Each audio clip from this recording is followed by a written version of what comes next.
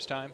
The 0-1 pitch, swinging a line drive right field. Aaron Judge drifts back. He's there. He makes the catch. Mason Williams is going to tag him. Here's the throw. Uncorked to third base. All of you Yankees fans better rejoice. Aaron Judge is on his way back to the big leagues. He will be returning to the lineup today. I don't even know who they're facing. They might be facing the Houston Astros, which is going to be a lot of fun. But aside from that, there's so much to talk about. We have the Blue Jays, and Kawhi Leonard was apparently at the Blue Jays game. I thought that was a lot of fun. He also does not use an iPhone, so it just makes sense. But again, so many baseball things to talk about. Without further ado, let's just jump into it. All right, guys, so the first game that we are going to talk about today is actually the Yankees versus the Astros, because this was a slugfest and a half. I believe that there was 6 home runs total, but one thing that we have to address is the fact that, yes, the Yankees did win. I think it was by a score of 10-4, maybe even 10-6, but Yordan Alvarez, the rookie for the Houston Astros, is making baseball history. He has 5 home runs in his first 9 career games. That's a record. That's the fastest of 5 ever. But unfortunately, Yordan Alvarez could not do the pitching for the Astros because they gave up quite a few home runs.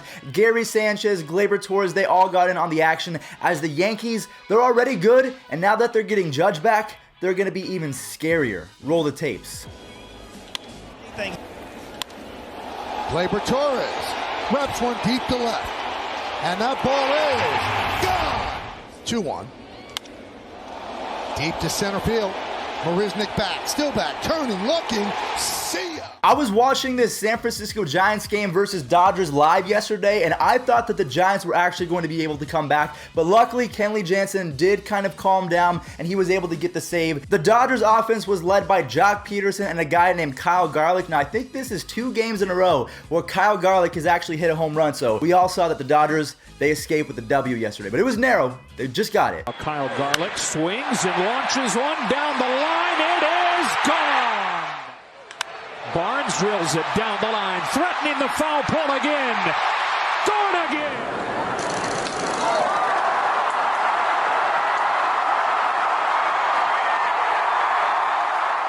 I'm pretty sure that all of you A's fans owe me a thank you, because yesterday I called out Matt Chapman. I said that if he continues to hit better, at least in terms of the batting average department, he might be in the MVP conversation. And then what does he do that exact same day? He hits a walk-off home run against Diego Castillo and the Rays, which is a big-time win because the Yankees win, the Rays lose, and the Athletics win. So there's just a lot of fluctuations in the standings, and Matt Chapman proved to be the GOAT yesterday. Chapman, left field, and that baby is gone. Are you kidding me?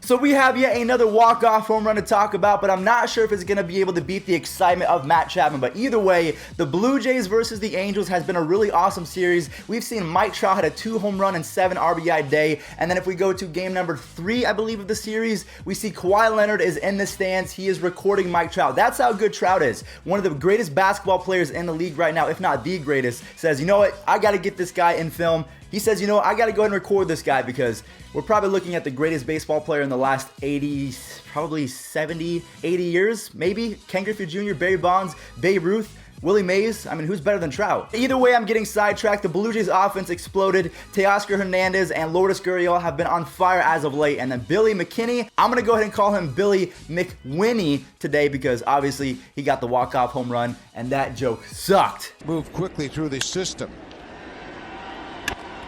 Approach. Driven to deep right field. How about that? Billy McKinney walks it off, and he homers to win it for the Blue Jays. His 4th home run. Anthony Rendon is playing at an MVP level right now as the Nationals swept the Phillies. This was kind of important because we all know that Bryce Harper used to play for the Nationals. They faced off yet again in Washington, and the Phillies got swept. So before we show the clips of Anthony Rendon, I just want to let you guys know that this episode is sponsored by SeatGeek. If you go to a Nationals game, a Dodgers game, football games, basketball games, concerts, use code Fuzzy on SeatGeek to save $20 off, because then you can see Anthony Rendon doing this live in person. There it goes, left field from Rendon. See you later. 2 for 3 tonight, 2 extra base hits. That's number 17 for 3 Nats. Was it a heater? Sure was. The Nationals have been playing really good baseball as of late. I think they are now 8-3 in their last 11 games, so they have been killing it so far. If they continue to play well, and if Anthony Rendon produces at the level that he is, my guy can find his way into the MVP conversation. It's going to be really tough with Yelich and Bell and Bellinger, but man, Rendon, don't mess with that guy. The Chicago Cubs pretty much won the game yesterday in the second inning as they put up 6 runs. It was led by Anthony Rizzo, Chris Bryant, Javier Baez. This was a big time win because the Cubs actually were able to get the W. We'll talk about the Brewers in just a second. They actually lost yesterday, so the Cubs now stand at 1.5 games in their division. But Javier Baez yesterday wanted to reinsert himself in the best shortstop in MLB conversation, so yeah, he had a big day. Out in the deep left center, gone! On Javi Baez, bank night number 18. Well, he tripled last time.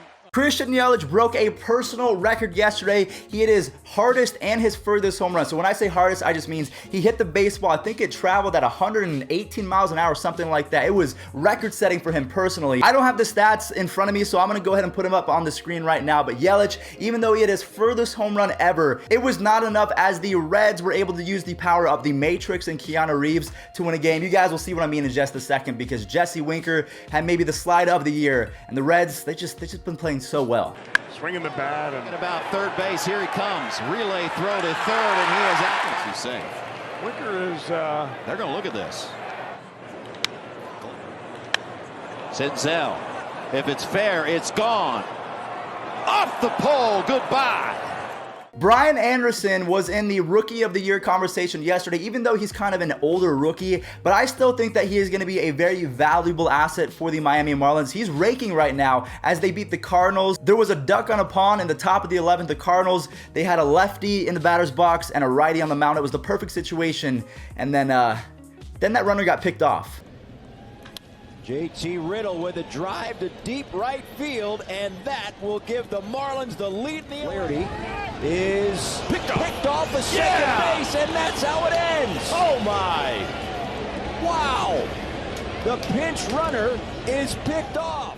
Charlie Blackmon and Ian Desmond have been absolute units the past couple weeks. I think that Charlie Blackmon's hitting almost 500 in his last 7 games. Ian Desmond brought his average up from 220 all the way up to almost 280, so he's been on fire. He continued that yesterday. And on top of that, Chris Iannetta gave some cushion to the Rockies as they won by a score of 6-4. They have dismantled the Diamondbacks as of late, and we all know that the Rockies and the Diamondbacks are in the same division. So at this point, I think the Diamondbacks, they're going to keep on falling, and the Rockies, they're going to keep on ascending. 7 RBIs, left on left, and he drives it to right field. Going back, Adam Jones. high in the air, deep left field, and that one. Fly ball deep to center.